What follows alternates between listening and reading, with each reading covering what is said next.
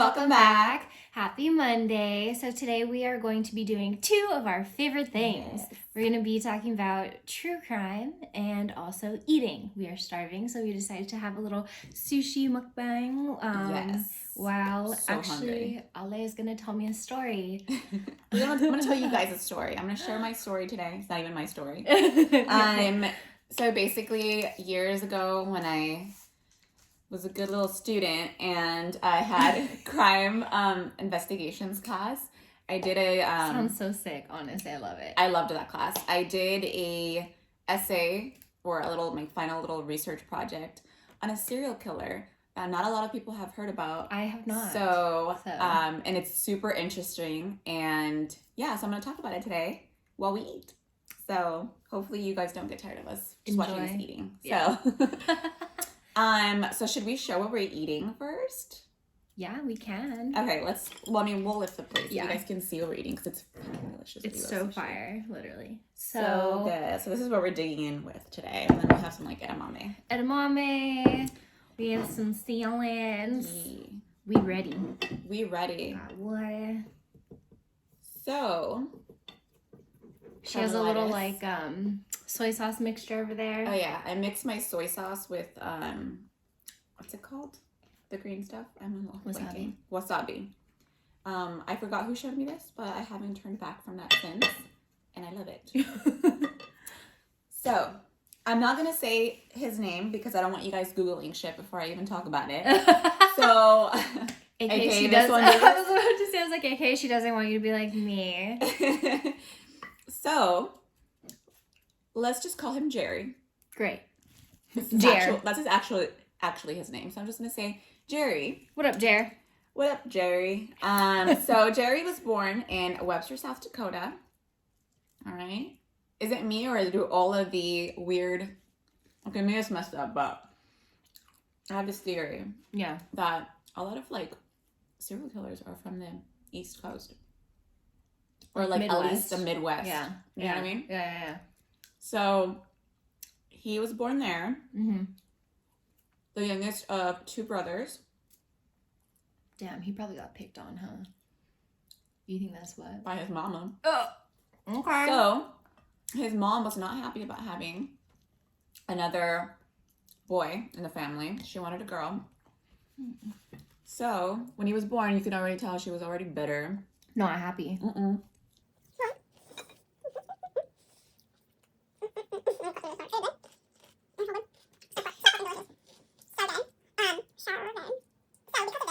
She really bullied him a lot, and a lot of emotional trauma, physical.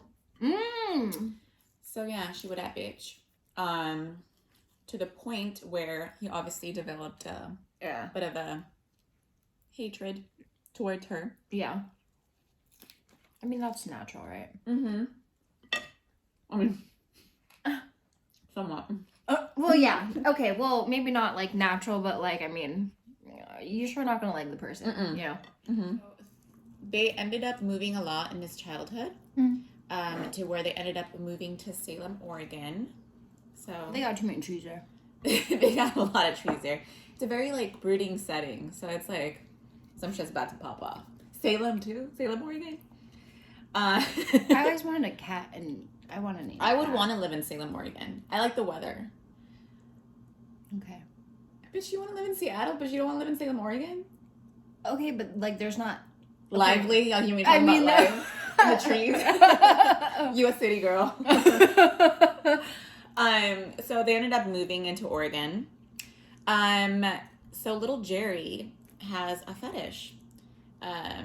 He developed a fetish. What a weird word. Fetish? Yeah.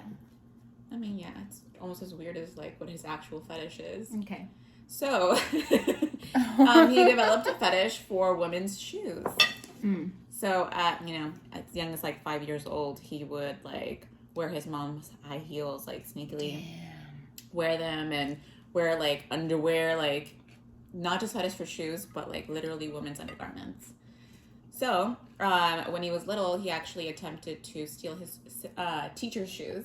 Bro, off her? As she was standing or sitting there? are not funny. I know it's like not, but like I just imagine. Yeah. Yeah. I mean, like, what teacher just like takes off her shoes? Like, I'm just gonna leave them right here, all tempting and shit. Okay. And then he would also, you know, like go around and try to steal like his neighbors, like raid their places and like try to steal their freaking shoes and undergarments too. So he literally wanted them fucking shoes. Yeah, he was about it. Yeah, he was about it. I can't imagine like.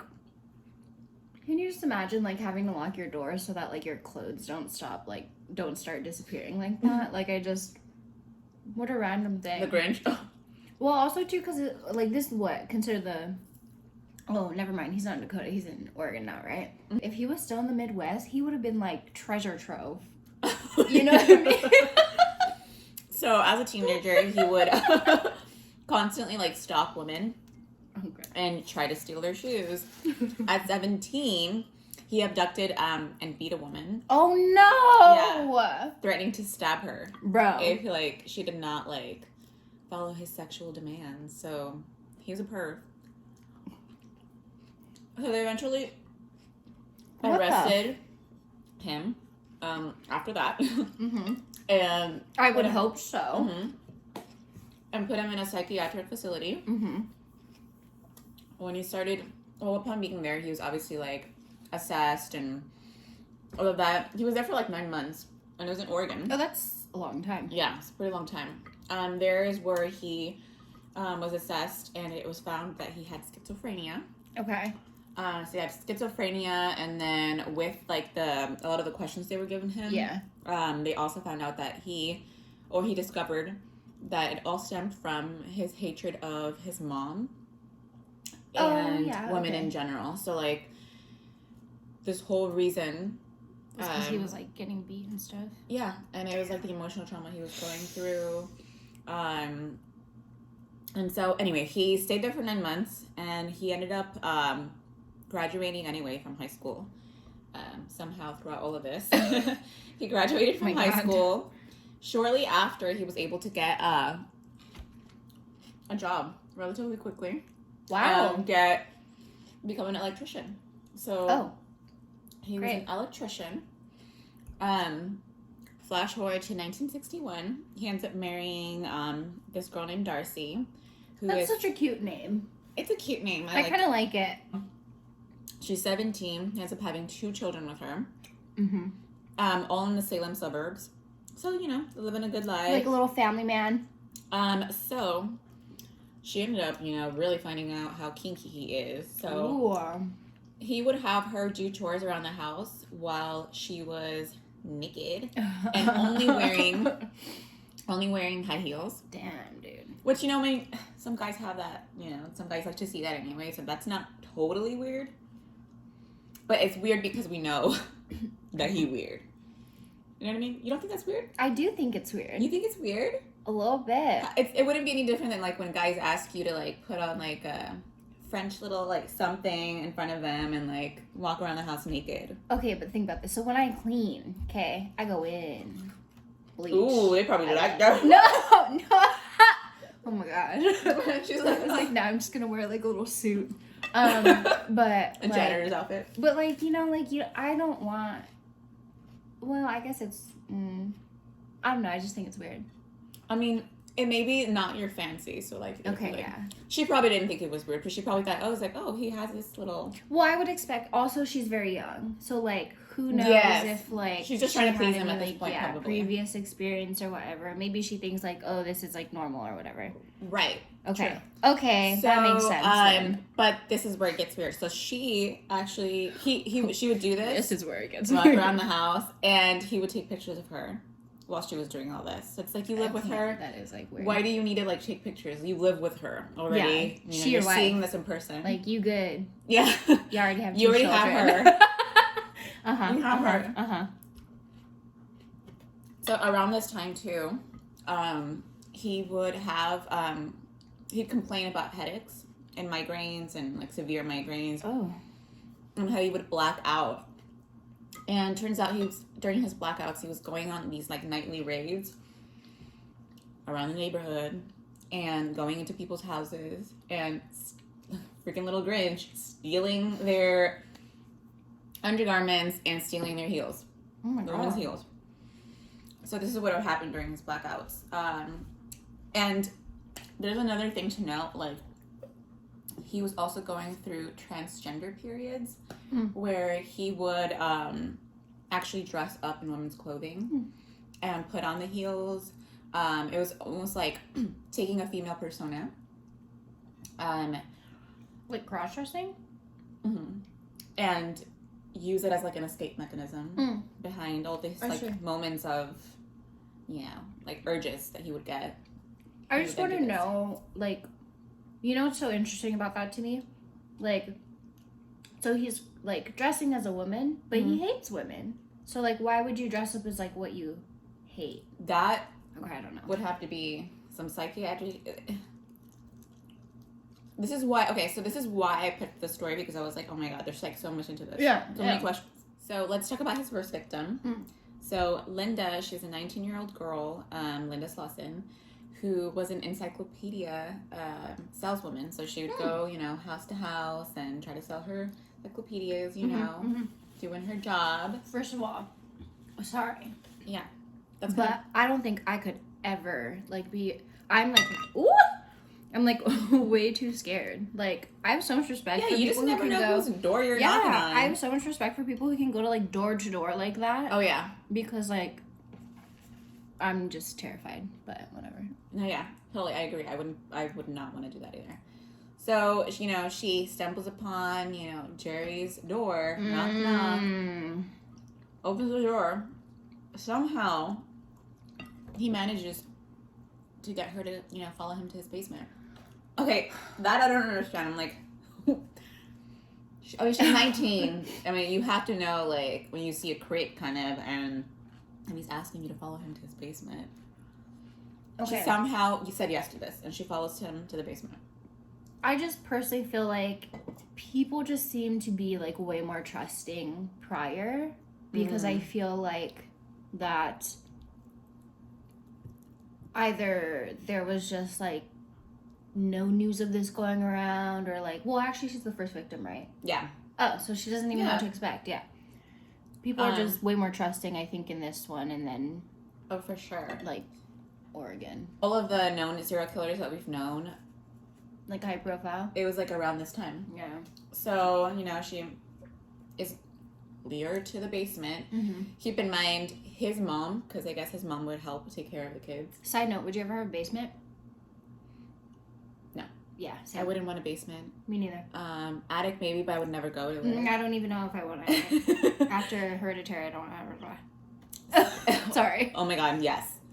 So, we have post-trauma from Hereditary, by the way, to this day. So, he manages to get her to the basement. His mom is there, and so are the kids. So, somehow, you know, she goes unperceived, goes to the basement. And once there, he strikes her with a wooden plank and strangles her. No. Yep. So, there she is, getting strangled. And then, you know, after her death, because that's how she ends up dying, he dresses her in different lingerie that he had collected throughout his years, and heels. So he's literally using her like a little... As like a doll. He moves her like body in like provocative poses to like... Yeah. What do you like, take pictures too? Huh? Does he take pictures too? Yes. He likes to do that. So then once he moves her, you know, he takes a hacksaw and he removes her foot. So he removes her foot and keeps it in a freezer to preserve the foot. Why a foot though?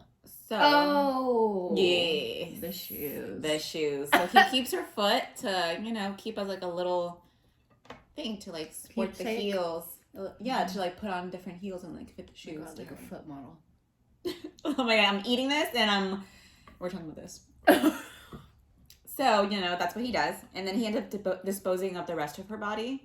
He disposes it in the Willamette River over there in Oregon. And her body was never found. So her body was never found, you know.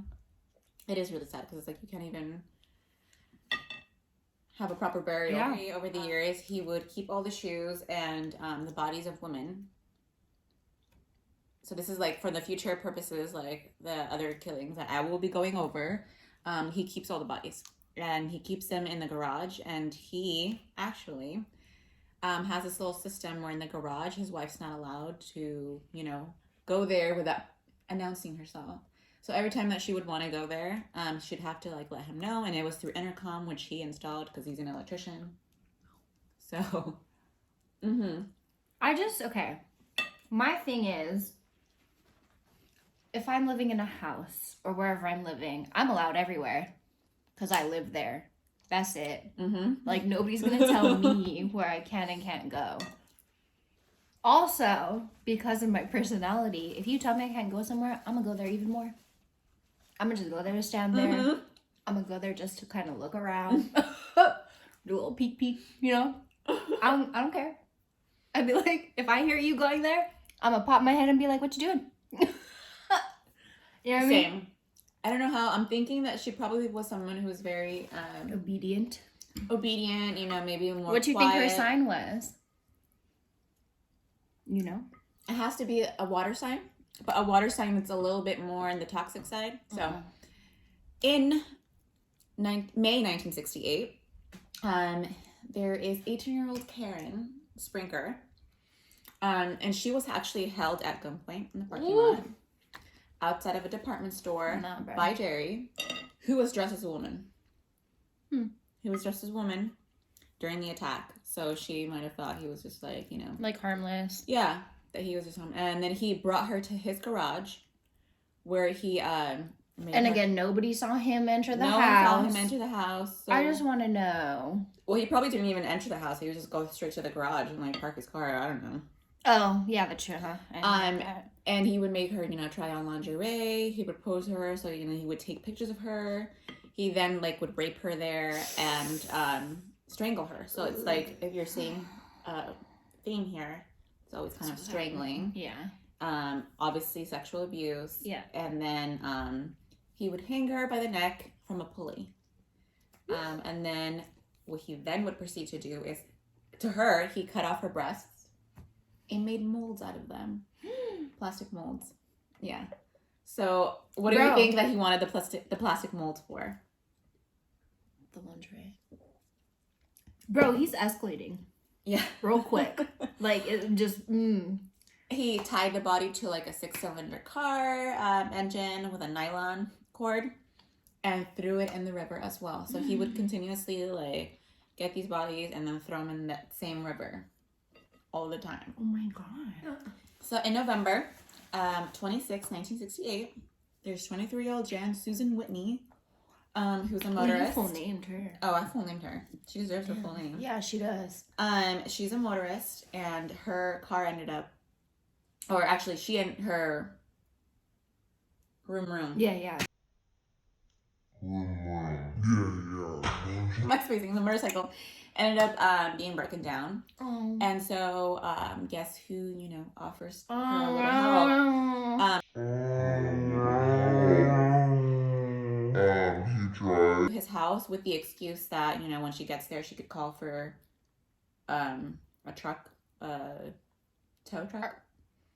I don't know the answer to this question, but are cell phones around in this time or no? Probably not. Huh? Like payphones? Yeah, so the odds of you taking that offer would probably be high. Okay. Yeah. Unless you're untrusting, which I feel like we are. We would have. But I feel like we're untrusting now because of all of the shit that we know. Yeah. That's gone down in history. Yeah. So he ends up, taking her there, and he strangles her once she gets there. So of course his method is always strangling, rapes her, and he rapes her after death. So after she's dead, bro, that's another level you don't need to reach. It's just nasty. That's just when I don't even.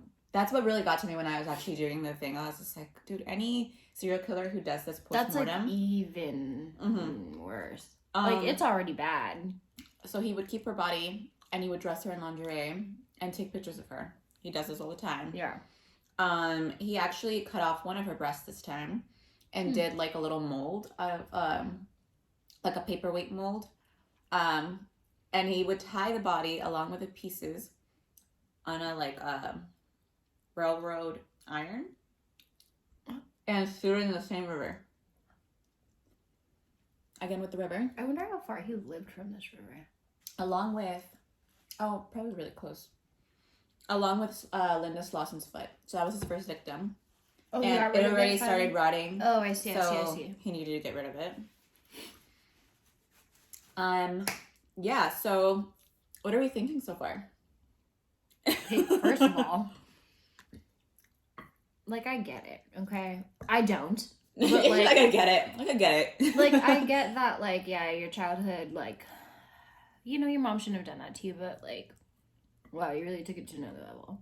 But how do we think his, like, schizophrenia plays into this? Because it never, well, I'm sure it was discussed how, but they never really talked about, like, go into, like, detail about how it may or may not have affected. Girl, yeah, like, because usually in schizophrenia you're, like, seeing shit and you're hearing shit. Yeah. So I wonder what, I mean, if, like, maybe something was telling him to do something. Maybe he would replay what his mom. Imagine. I'm assuming that's probably what it was, but I'm not sure. Yeah, who knows?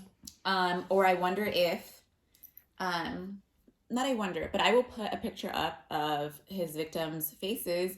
Maybe there is a correlation between how they look like. Oh, like or in like to his mom or something. Yeah, I'm wondering if there is. Like, you guys let me know when you see the pictures. R.I.P. But yeah. So then, on April 21st, a 24-year-old Sharon Wood. This is going to be his first. I'm not going to say victim because she actually managed to escape. Oh, good. But that's going to be the first time something like that happens to him where he's, like, not getting away with it. So I'm, like, all for that. Yeah, 100%. So Sharon Wood, 1969, April 21st, she was leaving her secretarial job. So, you know, you picture yourself getting off work. You know, you're walking to your car. Chilling. Not, you know, you just popped off your shift. As you're walking to your car, you're tapped on the shoulder by someone. Turn around. You see this pudgy-ass man. I'd be like, what'd you want? Red-headed pudgy-ass man. Who has a gun to your head. Oh, no. And he's attempting to, like, take you away. He's like, get in the car. Let's go. Bro. So what does she... Okay, first of all, what do you think he would do in that moment? What would you do? Someone has a gun to your head. What would you do? I mean, it's hard to say. You know, I would never want to be in that, hopefully, position. But I would like to think that I would be aware enough to, like, duck and run or, like, do something else. Something to escape. Yeah, something to escape.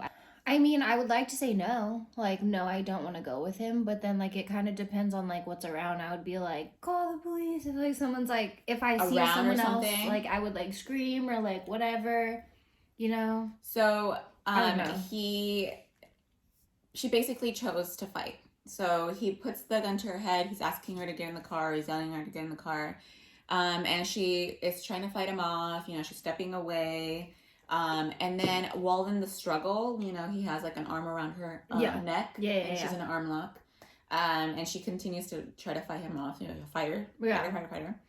And he manages to, like, get her to the ground, pins her to the ground. And right in that moment, a car passes by. Oh, shit. So when the car passes by, he freaks out. He lets her go and he, like, runs off.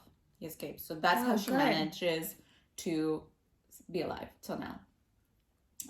What would you do? Oh, fuck. It's hard, you know? It's hard, but as much as I hate to say it, is I would feel like I would try to escape somehow during him, like, me going to his car. I don't know. Like, I wouldn't do it in that moment because I would be in shock, like, or, like, just, the gun's there. Yeah. So keep in mind, she's one of the people that manages to escape, but there's also a Gloria Jean Smith who manages to escape. She was 15. You know, she was also someone he attempted to abduct in, like, April 22nd, 1969. And so he was fucking up. Like, he was not getting these girls, and, like, he was getting more. It was, like, not as easy. Yeah, and then there's, like, a reputation out there now. Like, now people know about this guy who's, like, trying to abduct girls, and you know, these girls are speaking out and they're like, this guy looks like this and blah, blah, blah, blah, blah. And so he's getting messy with it. He's not getting away with it. So now people are talking. They know someone There's like in the area. whispers in the community. Yeah, someone in the area is dangerous and trying to get these girls. So flash forward to April 23rd, 1969. Linda Saley.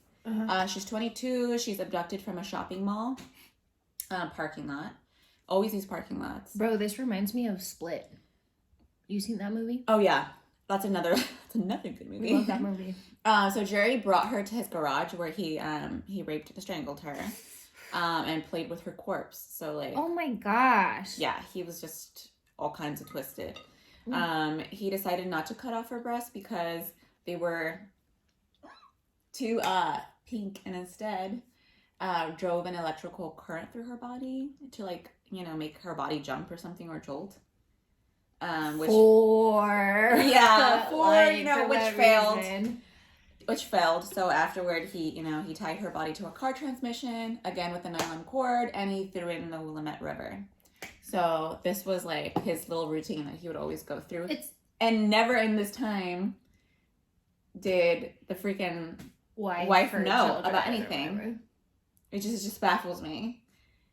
It just seems like he's spending like a lot of time doing other things than like being with his wife and his family. Because like he has a job too, right?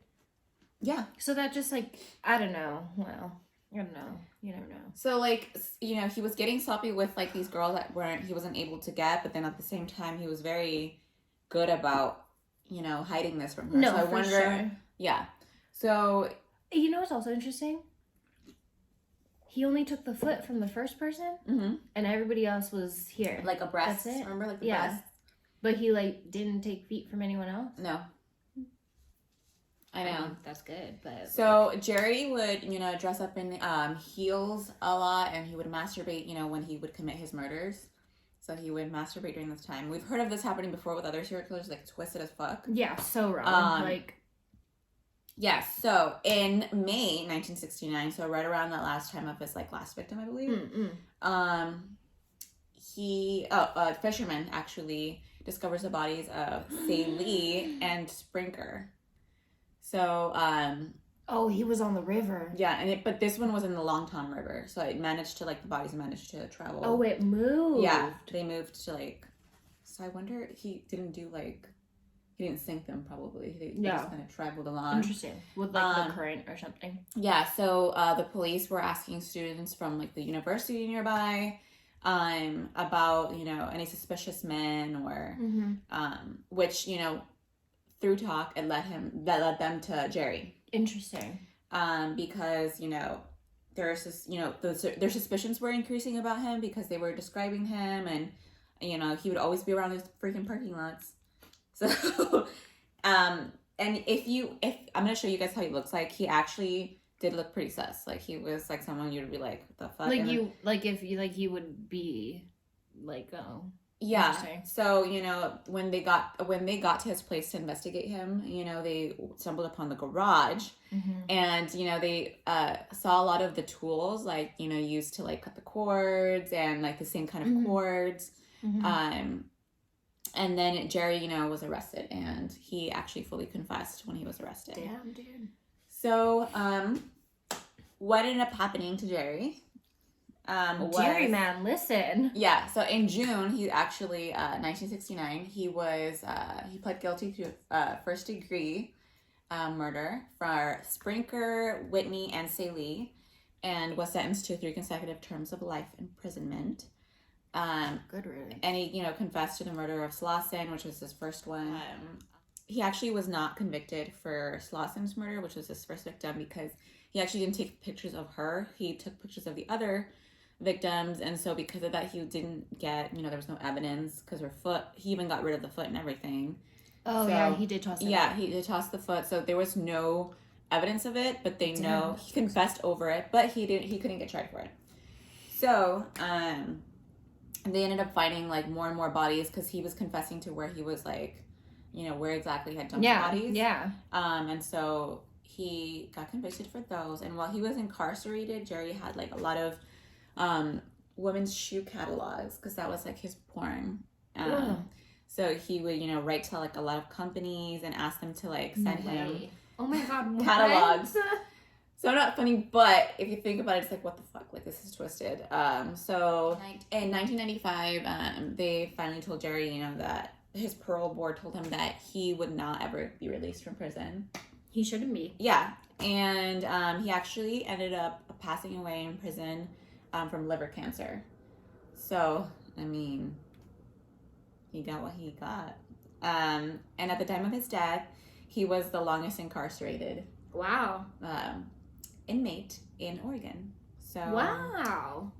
a total of 37 years he was in there. Oh. I guess hopefully you guys, you know, enjoyed a little bit of this story. You know, if you get curious about Jerry, and I'm gonna say his last name now, Jerry Brudos. Oh my god. You guys can do your own research on him. There's so much that goes into this story. Like I could have like kept on talking about it forever, but you know, there's definitely some like childhood trauma with him and like what, you know, in his eyes led him to do all these things. And so he's also had done they've also interviewed him before, so like there's probably going to be interviews out there of him, you know, and questions that you may have that are unanswered, like he probably is going to talk about those while he was still living, obviously.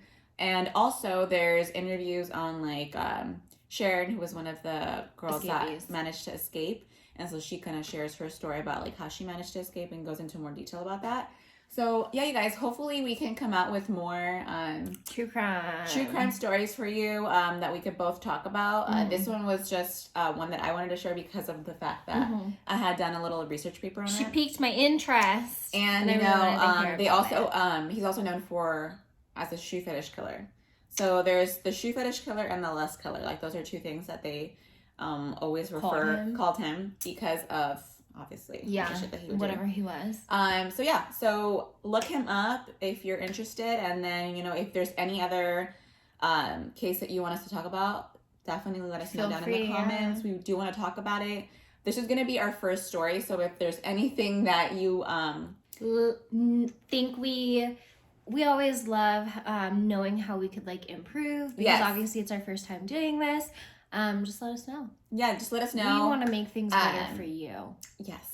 Help us help you. Oh my god, I'm mad.